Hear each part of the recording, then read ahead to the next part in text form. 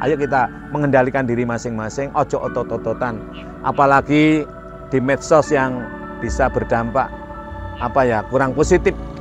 Saya kira mari kita dinginkan dulu suasana ini agar supaya Pak Menak tidak bingung. Pak Menak itu intinya ingin mengatur hidup ini supaya rukun, jangan sampai agama menjadi tuduhan sebagai penyebab ketidakkeharmonisan antar sesama. Tapi justru sebaliknya, agama harus mengatur, hadir sebagai pendamai. Maka diatur, ada surat edarannya.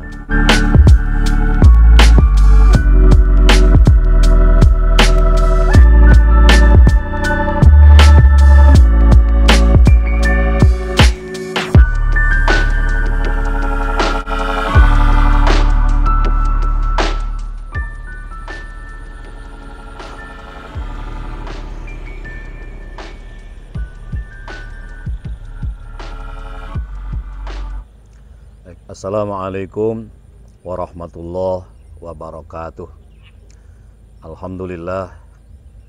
Alhamdulillahilladzi arsala rasulahu bil huda wa dinil haqq liyudhhirahu 'alad dini kullih wa kafa billahi syahidan. Asyhadu an la ilaha illallah wahdahu la syarikalah wa asyhadu anna sayyidana wa nabiyyana Muhammadan abduhu wa rasuluhu sallallahu alaihi wa ala alihi wa ashabihi la nabiyya ba'dah. Allahumma salli wa sallim wa barik ala habibina wa syafi'ina qurrati a'yunina wa maulana Muhammad ibn Abdillah wa ala alihi wa ashabihi wa asba'ihi wa man tabi'a hudahu ila yaumil qiyamah. Amma ba'du. Para santri Baikunusa, Bait Al-Quran Nurus Sofa dimanapun Anda berada, dan juga para pemirsa pecinta channel YouTube saya Yaimim Official, ngaji filsafat, tasawuf dan thariqah yang saya cintai. Selamat bertemu dengan saya Yaimim bersama dengan channel YouTube saya Yaimim Official. Kali ini saya berada di rumah Bante atau di lingkungan Bante Dhamma Subo Mahatera. Kebetulan beliau adalah kebetulan keponakannya Bante, itu jadi istri adik kandung saya.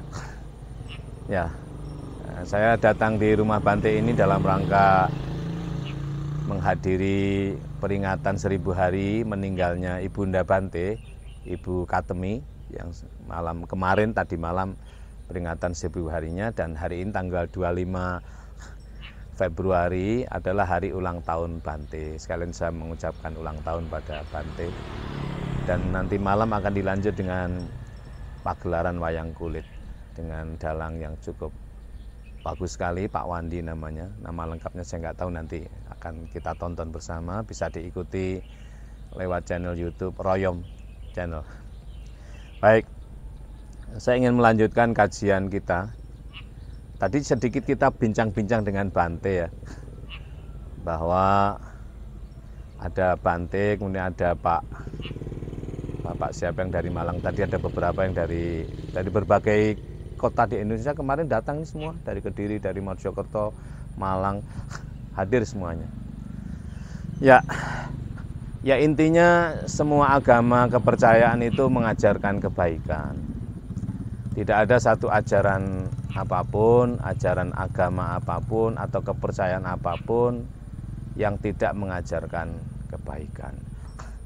Oleh karena itu maka para penganut agama apapun di dunia ini, termasuk para penghayat aliran kepercayaan apapun, sepakat bahwa yang kita sajikan untuk bermuasyarah, untuk berinteraksi antar sesama itu adalah kebaikan, alias dalam bahasa Islamnya adalah al-akhlaq al-karimah, akhlak Muhammad. Al-akhlaq al-karimah itu apa? Yaitu akhlak yang mulia, personifikasinya adalah Muhammad, yaitu akhlak akhlakul Muhammad, perilaku Kanjeng Nabi Muhammad artinya terpuji. Terpuji, beliau itu luar biasa bagaimana Kanjeng Nabi itu dihina, tidak marah, dia tidak marah. Karena apa? Karena beliau sudah terpuji. Kenapa orang itu masih marah? Ya berarti belum terpuji atau belum merasa diri untuk ikut keterpujian diri Nabi Muhammad SAW, alias belum ikut. Jadi kalau kita ini benar-benar bertekad ingin mengikuti, gitu, sebagai perwujudan cinta kita kepada Allah Subhanahu Wa Taala, kan mengikut Rasul, mengikut Muhammad, mengikut Nabi Yuna Muhammad Sallallahu Alaihi Wasallam. Qul in kuntum tuhibbunallah fattabi'uni yuhibbukumullah wa yaghfir lakum dzunubakum wallahu ghafurur rahim.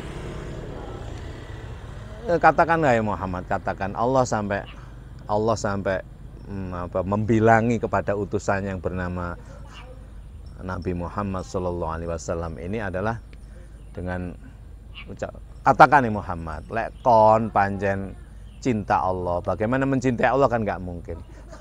Wis melok aku, gitu. Ikutilah aku, melok kon Muhammad. Kalau orang itu sudah mengikuti Kanjeng Nabi, mengikuti Muhammad, ya aku akan mencintai dia. Tidak hanya itu, di samping aku mencintai dia, aku akan menutupi seluruh kesalahan-kesalahannya. Gitu. Apa manusia itu tidak punya salah? Ya punya salah tapi ditutupi. Wa yaghfir lakum dzunubakum wallahu ghafurur rahim. Allah Maha menutupi dan Maha kasih sayang. Begitulah. Jadi cukup kita mengikuti Muhammad. Pertanyaannya adalah bagaimana mengikuti Muhammad itu? Ya dalam dirimu itu ada jiwa Muhammad. Apa jiwa Muhammad? Jiwa kerasulan. Apa jiwa kerasulan itu? Dialah iman. Apa wujudnya? Yaitu sidik, amanah, tabligh, fatona. Dialah jiwa kerasulan. Apa? Dialah ilmu, mengetahui. Ikutlah ilmu yang dalam dadamu. Bal huwa ayatun bayyinatun fi suduril ladzina utul ilma wa ma yajhadu bi ayatina illa zalimun. Berbagai tanda nyata jelas itu ada dalam dadamu, namanya ilmu. Dia membimbing kebenaran akan dirimu. Ya. Itu dalam surat Al-Ankabut surat ke-29 ayatnya 49. Jadi mengikut Muhammad, mengikut Rasul, ya mengikut ilmu yang ada dalam diri. Dialah sifat Muhammad. Sifat Muhammad itu iman, sidik, amanah, tabligh, fatona. Sifat Muhammad itu adalah ilmu ada dalam dadamu. Ilmu tidak di atas kertas, tapi ilmu adalah di dalam dada. Ikut Nabi Muhammad itu ikut nikmat yang ada dalam dadamu. Dialah apa itu? Olah rasa, pertajam rasamu. Jadi kalau sudah urusan pertajam rasa, Masya Allah ya, Bante memberikan satu ulasan yang luar biasa. Jadi tidak ada beda kalau sudah ada di dalam ini yang isinya hanya kasih sayang, tidak ada permusuhan.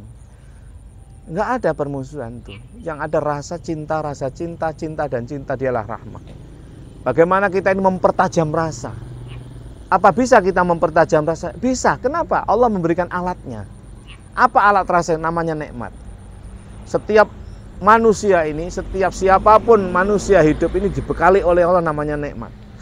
Dia tidak bisa didustakan keberadaannya. Dia merasakan apa adanya. Apa wujudnya? Kejujuran, tabligh. Dialah sifat iman.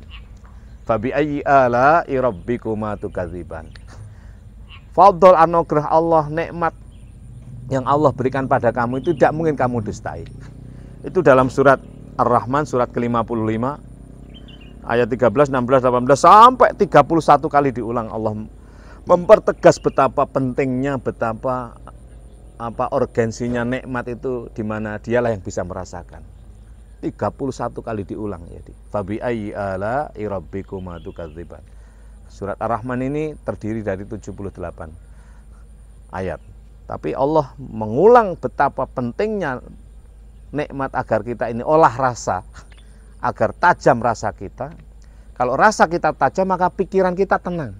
Pikiran kita akan menjadi pikiran kita akan menjadi cemerlang. Pikiran cemerlang ini menjadi kontak untuk menghidupkan hati. Jadi keterpautan antara pikiran, rasa, hati, iman, ilmu dalam dada ini begitu eratnya. Kemudian berikutnya apa? Yaitu takwa yang di dalam itu. Takwa, dia mentaati. wujudnya adalah fatona, kecerdasan. Maka Anda ini berpura-pura takwa, berpura-pura taat, atau taat beneran, kamu tahu itu, kamu takwamu itu cerdas. Maka orang berpura-pura alias dungu itu tidak ada kalau mengikuti takwanya. Wa may yu'azzim sya'airallah fa innaha min taqwal qulub. Dalam surat Haji itu ayat 36. Hendaknya yang zahir-zahir itu, yang syair zahir itu, zawahir itu muncul dari yang di dalam.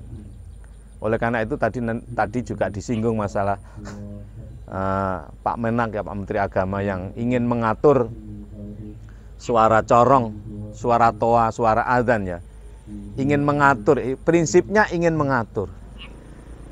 Ingin mengatur agar supaya apa? Agar supaya suara adzan itu menjadi fungsional, tidak sekedar suara yang tidak teratur itu. Maksudnya kenapa diatur? Karena mengingat jumlah masjid sudah begitu berdekatan, maka mungkin akan diatur adzannya. Demikian juga tidak hanya suara adzan, tapi juga setelahnya. Jadi teman-teman dari kaum penghayat, kaum Buddhis, mereka tidak keberatan dengan suara adzan itu. Kami senang saja dengan suara adzan yang sehari 5 kali, bahkan iqomat itu kami senang, tidak masalah, tidak terganggu. Mohon maaf dan mohon maaf yang kadang mengganggu kami, yang kami berdampingan dengan masjid itu, berdampingan musola itu adalah justru di luar sholat itu. Misalnya sholawatan seharian penuh atau pengajian Al-Quran di seharian penuh. Pengajiannya tidak dipersoalkan, sholawatannya tidak masalah. Tapi suara yang masuk di corong itu mereka tidak bisa melakukan aktivitas, alias aktivitas mereka menjadi terganggu dan lain sebagainya. Dan juga tadi durasi seringnya menutup jalan misalnya di mana gitu ya. Tadi dicontohkan di Kepanjen ya kan, ada kegiatan pengajian itu, lalu Kepanjen itu ditutup jalannya sehingga banyak orang yang stres. Misalnya beliau hitung setiap 1 menit itu sekian kendaraan yang harus dirugikan. Maka bahasa beliau itu tidak sumbut itu loh. Tidak sumbut antara ini hasil pengajian dengan kerugian yang dampaknya ini. Maka oleh karena itulah maka Pak Menak ini akan mengatur, akan diatur. Tapi apa?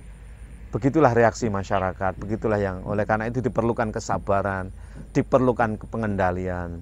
Tentu mungkin kalau Pak Yakut atau Pak Menak kepleset ngomong, lalu misalnya menganalogikan antara adzan dengan gonggongan anjing, yaitu itu kan bukan substansi itu kan. Itu bukan yang inti itu. Intinya ingin mengatur. Bagaimana manusia itu harus diatur, lek gak diatur sak karepe dhewe. Dan karepe dhewe-dhewe ini harus diatur dalam karep bersama itu loh. Ini berkarep itu juga karep. Lek gak dikarepe dipersatukan, nanti karepe dhewe-dhewe itu tukaran. Nah, sebenarnya niatnya baik ya. Lah persoalan kemudian ketika ngomong dianggap gimana itu, karena ketika ngomong menganalogikan suara adzan lalu juga membandingkan dengan suara gonggongan anjing, itu bukan inti. Sekali lagi itu bukan inti. Jadi intinya ya diatur lah. Cobalah kita sebagai orang yang sudah berpegang teguh agama ini, agama Rasulullah, agama yang mulia ini, ajaran dinul haq ini, di mana dinul haq ini mengalahkan seluruh ajaran apapun bila mana kita mau meningkat. Maka sekali lagi, beragama itu para ulama sepakat jangan hanya syariah bloko itu. Mari kita meningkat menjadi thariqah, agar didapatkan satu hakikat dan makrifat untuk timbulnya satu ikon. Jadi 5 pilarnya itu, yaitu syariah, thariqah, hakikat, makrifat, dan ikon. Apa itu syariah? Syariah itu yang zahir-zahir, yang lafat-lafat itu. Lafat itu tidak ada artinya bila nggak dipercaya itu, kalau nggak dithariqahi. Nah, lafat kepercayaan ini nggak ada artinya bila mana tidak dipraktekkan dalam kehidupan sehari-hari. Bagaimana bisa mempraktekkan kehidupan sehari-hari itu? Ya dihakikati gitu, ditangkap makna substansinya itu. Apa substansi sebenarnya? Lalu diekspresikan dalam bentuk perilaku yang baik, namanya al-ihsan. Agar timbul satu kesadaran yang dalam bahwa bagaimanapun, seperti apapun, kayak apapun itu perwujudan Allah. Dialah musyahadah namanya. Lalu bagaimana kita menyikapi semuanya itu? diawasi oleh Allah, muraqabah namanya. Agar supaya apa itu? Agar supaya timbul satu ikon, yaitu percaya penuh kepada Allah Subhanahu wa Ta'ala, yakin bulat bahwa apapun, bagaimanapun, siapapun itu dicipta oleh Allah.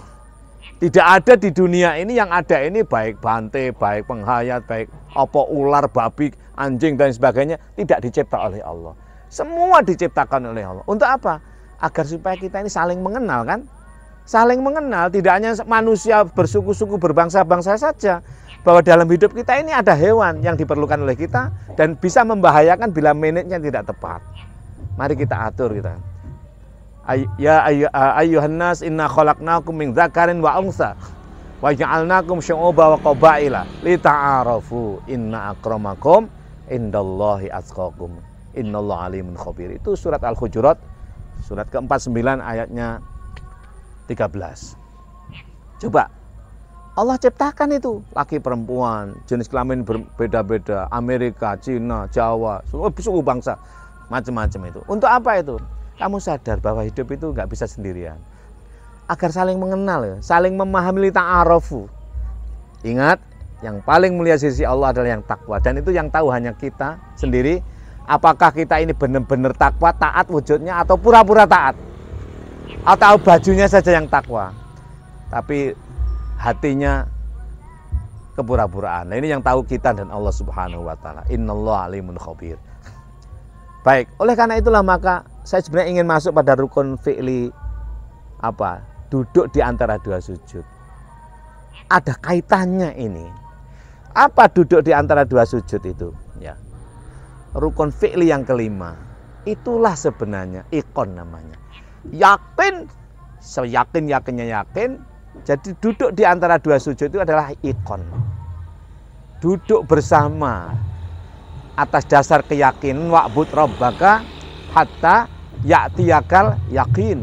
Itu dalam surat Al-Hijr ayatnya 29. Ayat 99. Ayat terakhir.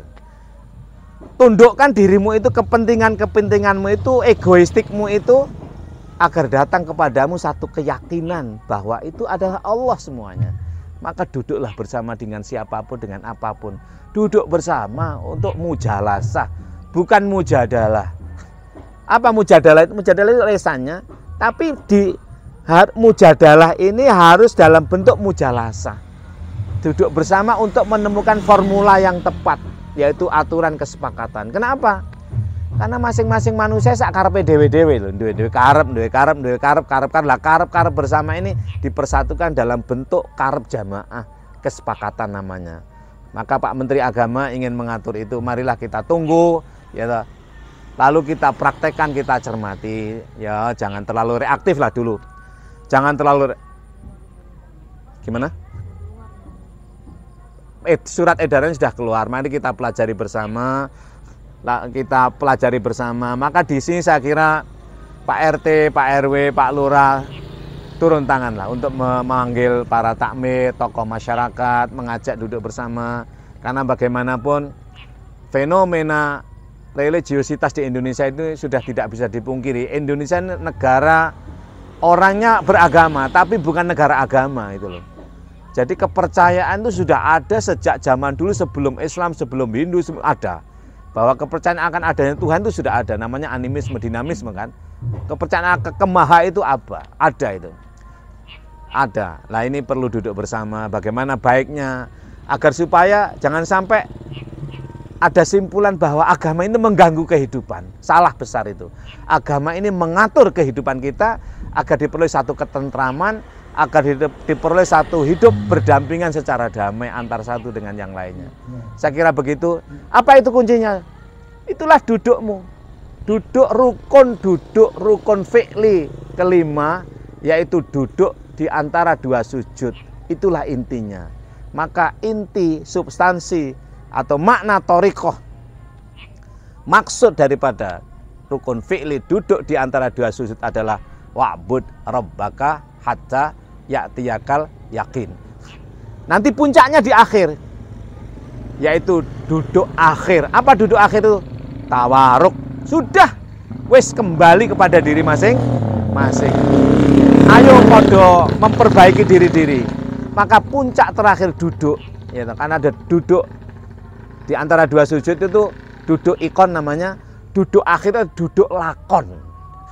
Duduk di antara dua sujud itu duduk ikon, yakin bisa selesai dengan mujalasah, dengan duduk bersama, bukan otot-ototan.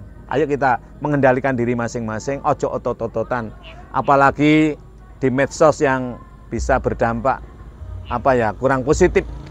Saya kira mari kita dinginkan dulu suasana ini agar supaya Pak Menak tidak bingung. Pak Menak itu intinya ingin mengatur hidup ini supaya rukun, jangan sampai agama menjadi tuduhan sebagai penyebab ketidakkeharmonisan antar sesama. Tapi justru sebaliknya, justru agama harus mengatur, hadir sebagai pendamai.